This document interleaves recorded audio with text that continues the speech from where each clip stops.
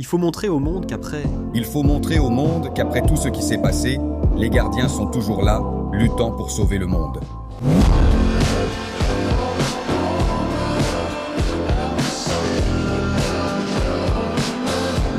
7 jours ont passé, et cela n'a pas suffi à Mark pour clarifier ses idées. Dans ce chapitre, intitulé Saute, notre héros est convaincu qu'il deviendra un méchant s'il continue à tuer des gens, consumé par sa colère intérieure. Peut-être est-ce ce dont il a besoin pour affronter ce qui l'attend. Son adversaire, cette fois, ne vient pas de l'espace, mais des flammes de l'enfer, bien plus sinistres. Mais avant d'entrer dans la bataille pour le destin du monde, nous adressons un remerciement spécial aux membres du club Elite N Minutos. Votre soutien est vital pour continuer à proposer des vidéos. Pour rejoindre la famille, clique simplement sur le bouton « Rejoindre ci-dessous ». La narration reprend avec Mark, qui porte encore le poids de la culpabilité pour ce qui est arrivé à Ruth. Le jeune homme se demande sans cesse si l'avoir éliminé était la bonne décision. Et cette nuit-là, il va voir le vieux Hart pour demander conseil. En l'écoutant, le vieil homme n'arrive pas à croire que le garçon ait finalement franchi cette limite. Cependant, le plus inquiétant, c'est que ce même jour, Mark a failli répéter ses actes avec quelqu'un d'autre. La seule chose dont Mark se souvient clairement, c'est de l'intensité de ce qu'il a ressenti à cet instant. Il l'a saisi fermement par le cou, dominé par un désir aveugle de le tuer, poussé uniquement par le fait d'avoir mis son petit frère en réel danger. Mais ce qui le tourmente encore plus, c'est l'image de son petit frère. En le regardant, le petit était terrifié, et Mark a pu voir la peur se refléter sur son visage. À ce moment-là, Mark craint d'être devenu comme son père, une idée qu'il abhorre profondément. Le vieil homme lui rappelle que ce sentiment de culpabilité prouve qu'il est différent de lui. Se repentir et accepter ses erreurs n'est pas mauvais. C'est ainsi qu'on apprend. Har enlève finalement le vieux costume de Mark et le remplace par un neuf, aux couleurs traditionnelles, l'exhortant à se souvenir du garçon qui s'efforçait d'améliorer le monde. Quelques secondes plus tard, Mark reçoit un appel inattendu de Siam, qui l'informe qu'il a un nouveau travail pour lui. Cependant, le jeune homme reste stupéfait en entendant l'emplacement de la mission. À ce moment précis, la scène change radicalement et nous transporte dans une grotte située au plus profond de la planète, où la puissante Volcanica affronte un escadron d'élite composé de soldats des profondeurs. Elle démontre son immense pouvoir en invoquant des golems de lave, des créatures d'une force colossale qui détruisent et calcinent tout sur leur passage. Le véritable problème réside dans le fait qu'elle ne se limite pas à en invoquer un seul, mais qu'elle est capable d'en générer des dizaines simultanément. De plus, pour chaque créature détruite, 2 nouvelles apparaissent pour la remplacer. Immédiatement, les frères Darkblood et leurs fidèles partisans affrontent ces êtres avec bravoure, parvenant à les déchiqueter un par un. Ce qui remonte le moral des soldats jusqu'à ce qu'ils décident de se joindre à la charge. Fatiguée d'être une simple spectatrice, Volcanica projette une grande vague de lave sur ses adversaires et surfe dessus avec habileté. À ce moment-là, la sœur Darkblood parvient à la surprendre et l'attaque avec sa hache, suivie par le reste du groupe qui la poignarde de toutes parts.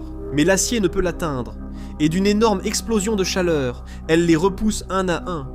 Les soldats tombent grièvement blessés face à l'immortalité apparente de Volcanica. À un moment critique, Demian est saisi à la gorge, et Volcanica tente désespérément de faire fondre son armure et transpercer son cœur avec sa main de feu. C'est alors que sa sœur intervient avec fermeté, lui ordonnant de le lâcher tout en rejoignant la bataille avec vigueur. Cette distraction providentielle donne à Demian les secondes nécessaires pour se libérer de la poigne de Volcanica. Une fois qu'il parvient à se ressaisir, sa sœur se place à ses côtés pour reprendre le combat. Face à cela, Volcanica admet à contre-cœur que tous deux ont livré un combat admirable. À ce moment, les frères et sœurs voient un détail crucial. Elle ne peut plus invoquer de golem, signe qu'ils la vainquent peu à peu. C'est alors qu'ils décident d'exécuter une attaque combinée, lui infligeant de nombreuses coupures et des coups précis qui diminuent considérablement sa force. Au milieu du chaos, nous découvrons que les soldats d'élite sont toujours en vie et surgissent par surprise derrière Volcanica pour l'attaquer avec tout leur arsenal. Chaque coup précis provoque chez Volcanica que l'eau qui l'entoure se répande, ce qui affaiblit son essence ignée. Jusqu'à ce que, finalement, la sœur de Demian lui plante sa hache directement dans la tête, réussissant à la faire tomber. Pendant quelques instants, Volcanica commence à chanceler et tombe à genoux. L'excès de confiance d'avant s'est mué en une peur réelle, car elle comprend désormais qu'elle pourrait être vaincue. Quelques secondes plus tard, l'un des soldats tente de l'attaquer par derrière. Mais Volcanica perd patience et cesse de jouer. D'un mouvement dévastateur, elle parvient à le couper en deux. Après la mort de cet homme, le reste des soldats se jette sur elle, mais en un seul mouvement circulaire, Volcanica tranche les corps de 2 autres combattants, répandant leur sang sur tout le champ de bataille. Ce massacre affecte profondément Demian, qui doit faire un effort surhumain pour se concentrer et rester prêt au combat. Les blessures visibles sur Volcanica se referment au fur et à mesure qu'elle absorbe la chaleur environnante. Quelques instants plus tard, la méchante s'attaque avec fureur aux soldats restants. En atteignant la sœur de Demian, elle lui assène un coup de poing à la bouche, si puissant qu'il la traverse complètement. Domina, la guerrière la plus respectée du clan Darkblood, meurt sur le coup, victime d'un coup imprégné de feu. Même avec son adversaire sans vie, Volcanica refuse de retirer son poing, provoquant l'ébullition du sang de la guerrière et le gonflement de sa tête jusqu'à presque éclater pour détruire le cadavre. De l'intérieur vers l'extérieur, la vilaine introduit une énorme quantité de lave dans ses entrailles, lorsque le corps ne peut plus supporter la pression. Les restes de Domina explosent en 1000 morceaux, et une partie de sa tête tombe juste au pied de son frère. À ce moment-là, Volcanica profite de la situation pour se moquer de lui, et se proclamer elle-même comme la nouvelle bête de l'enfer. Elle déclare que, si Satan souhaite réclamer son titre, il devra descendre de son propre trône pour l'affronter personnellement. À la fin de la bataille, Demian tient les restes de la tête de sa sœur entre ses mains, plongé dans une profonde douleur. Il ne cesse de lui répéter à quel point il regrette ce qui s'est passé. Peu après, on le voit traîner un énorme sac contenant les corps de ses compagnons et celui de sa sœur à travers les profondeurs de la fosse. Lorsqu'il atteint enfin un endroit sûr, Demian tente d'invoquer son maître pour découvrir que celui-ci l'attendait déjà depuis un bon moment. Le maître a pu entendre le fracas du combat depuis son sanctuaire, et il est certain qu'aujourd'hui est le jour de sa défaite définitive. Demian tente de s'excuser, mais le maître se montre lassé de ses échecs constants. Tous les plans auxquels le jeune homme a participé se sont soldés par des désastres, et sa présence commence à devenir une gêne. À cet instant, Demian ouvre le sac contenant les restes de ses frères et supplie le maître de bien vouloir les restaurer.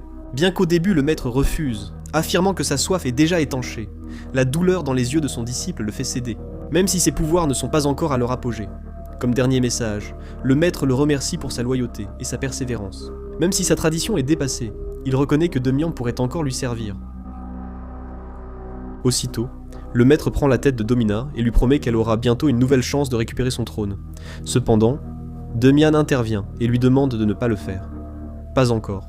Il soutient qu'il est inutile de l'affronter ainsi, car lors du prochain combat, Volcanica ne laissera sans doute aucune trace exploitable pour une restauration. Selon lui, leur meilleure option est d'exécuter le rituel d'invocation. Son maître insiste cependant sur les failles critiques de ce rituel. Néanmoins, Demian lui révèle un secret. Il possède une petite quantité de sang des gardiens. Il ne l'avait pas utilisé avant, craignant les conséquences imprévisibles d'une hausse excessive des paramètres du rituel. Quelques minutes plus tard, les corps de ses anciens compagnons et celui de sa sœur sont parfaitement disposés autour d'un brasier. À cet instant, le maître commence à expulser de sa voix une sorte de gaz rouge qui commence à reconstruire les restes de ses guerriers. Des os, des tendons, des muscles et de la peau se génèrent, comme par magie, s'étendant comme des racines qui unissent chaque partie en un seul être. Bientôt, ses frères reviendront à la vie pour avoir une nouvelle chance, mais cette fois, Demian prévoit quelque chose de différent.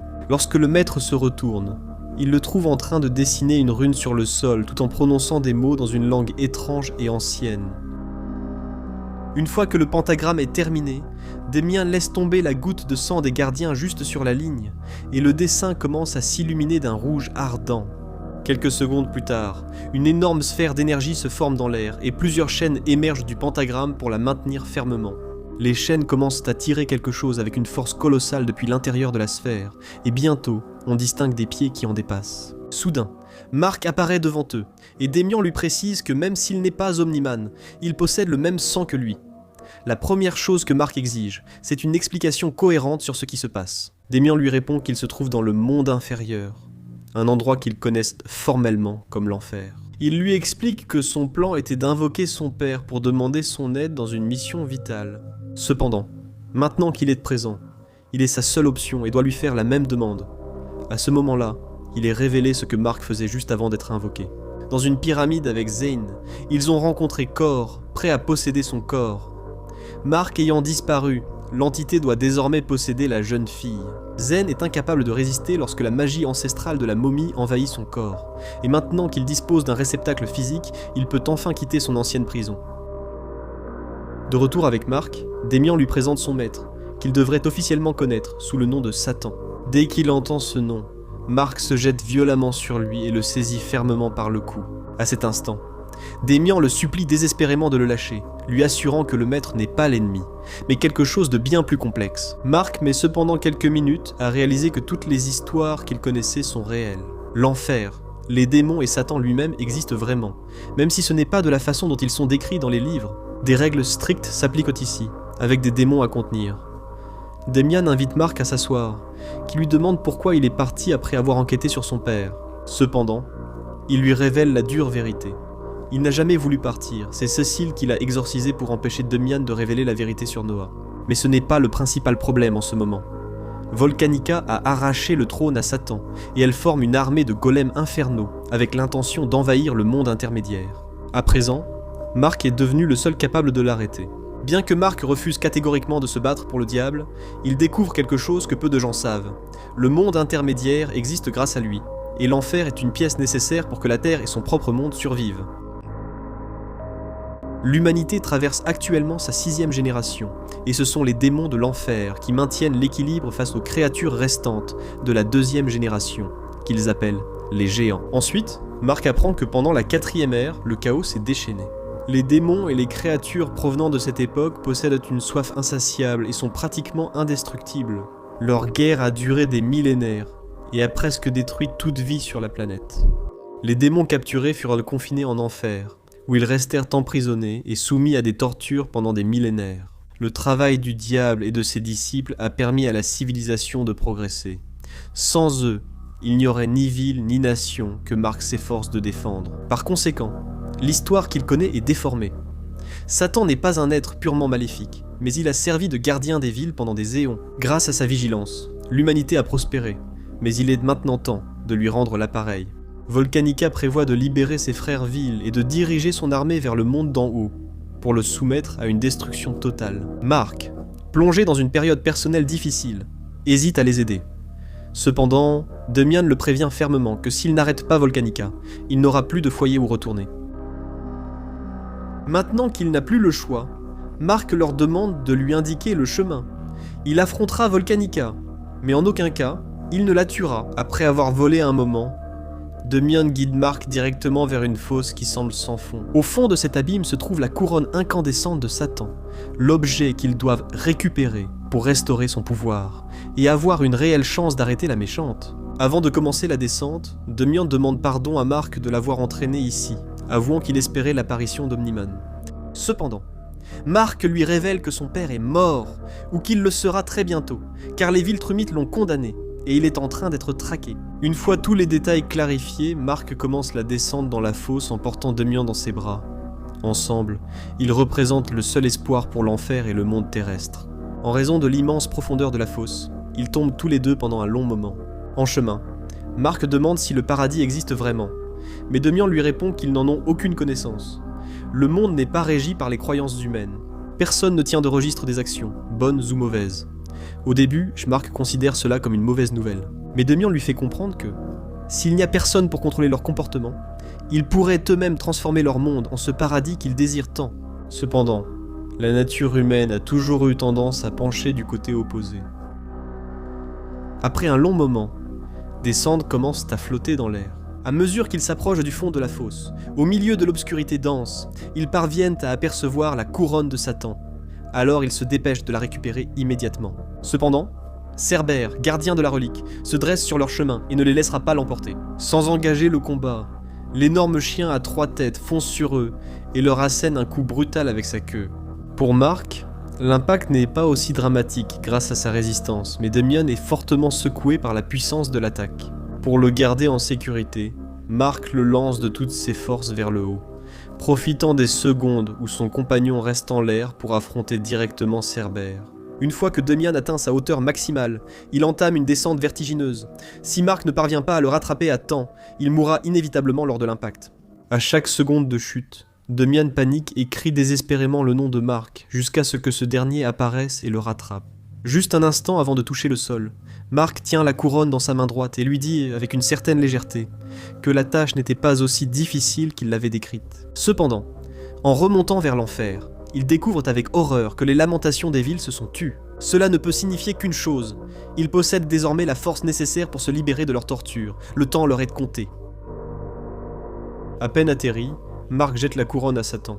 Le roi des enfers le remercie profondément pour son aide, tout en récitant les paroles de couronnement nécessaires pour que la relique se pose sur sa tête. Une fois que l'objet repose à sa place, Satan, qui auparavant ressemblait à un nain chétif, se transforme complètement. Son corps commence à muter de façon drastique, et une musculature imposante surgit de partout, lui conférant une présence physique écrasante. Sa taille augmente exponentiellement, le transformant en un être radicalement différent de celui qu'il connaissait.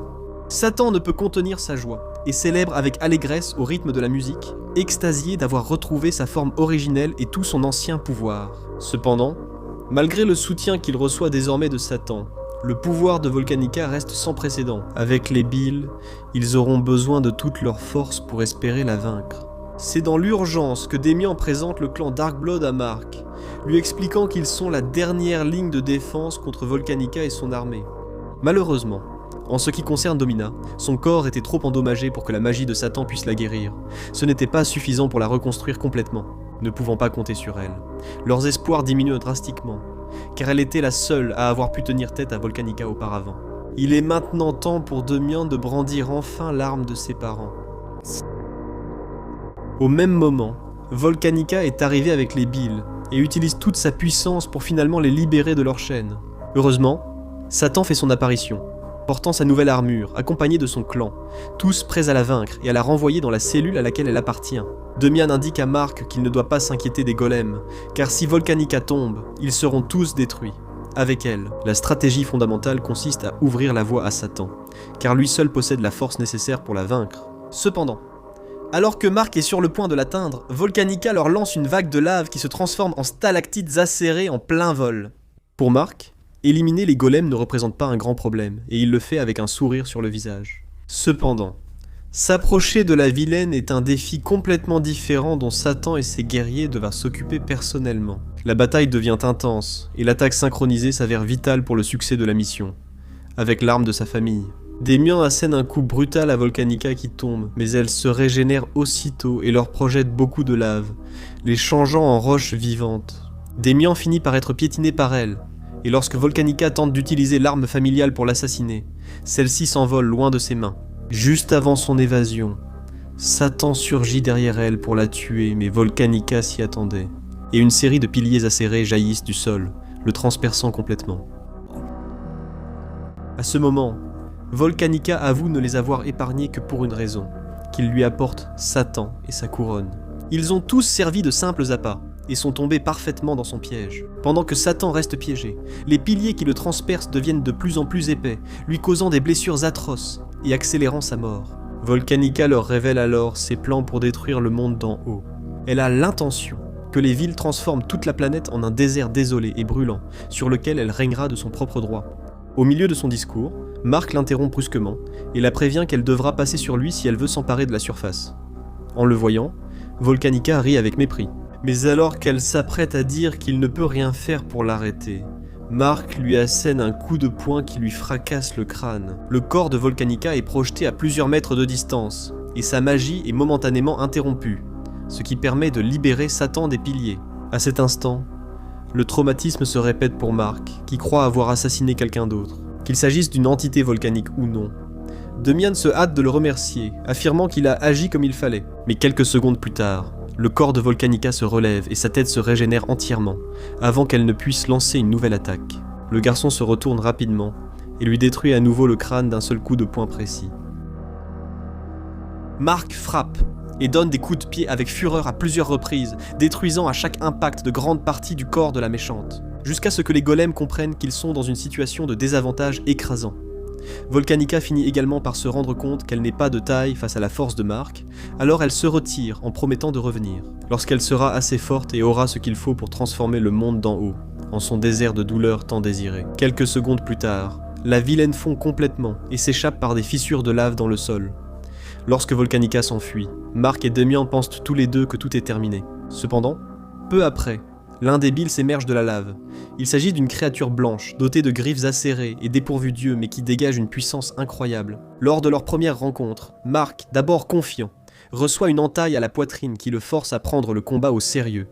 Il parvient ensuite à repousser le Bill dans la lave. Mais la blessure sur sa poitrine lui sert de rappel qu'en enfer réside un pouvoir dangereux qui doit être contenu à tout prix. Une fois que le Bill tombe, Satan ordonne à ses hommes de reprendre immédiatement les tortures. Ils doivent garder ces créatures sous contrôle s'ils veulent que les deux mondes survivent.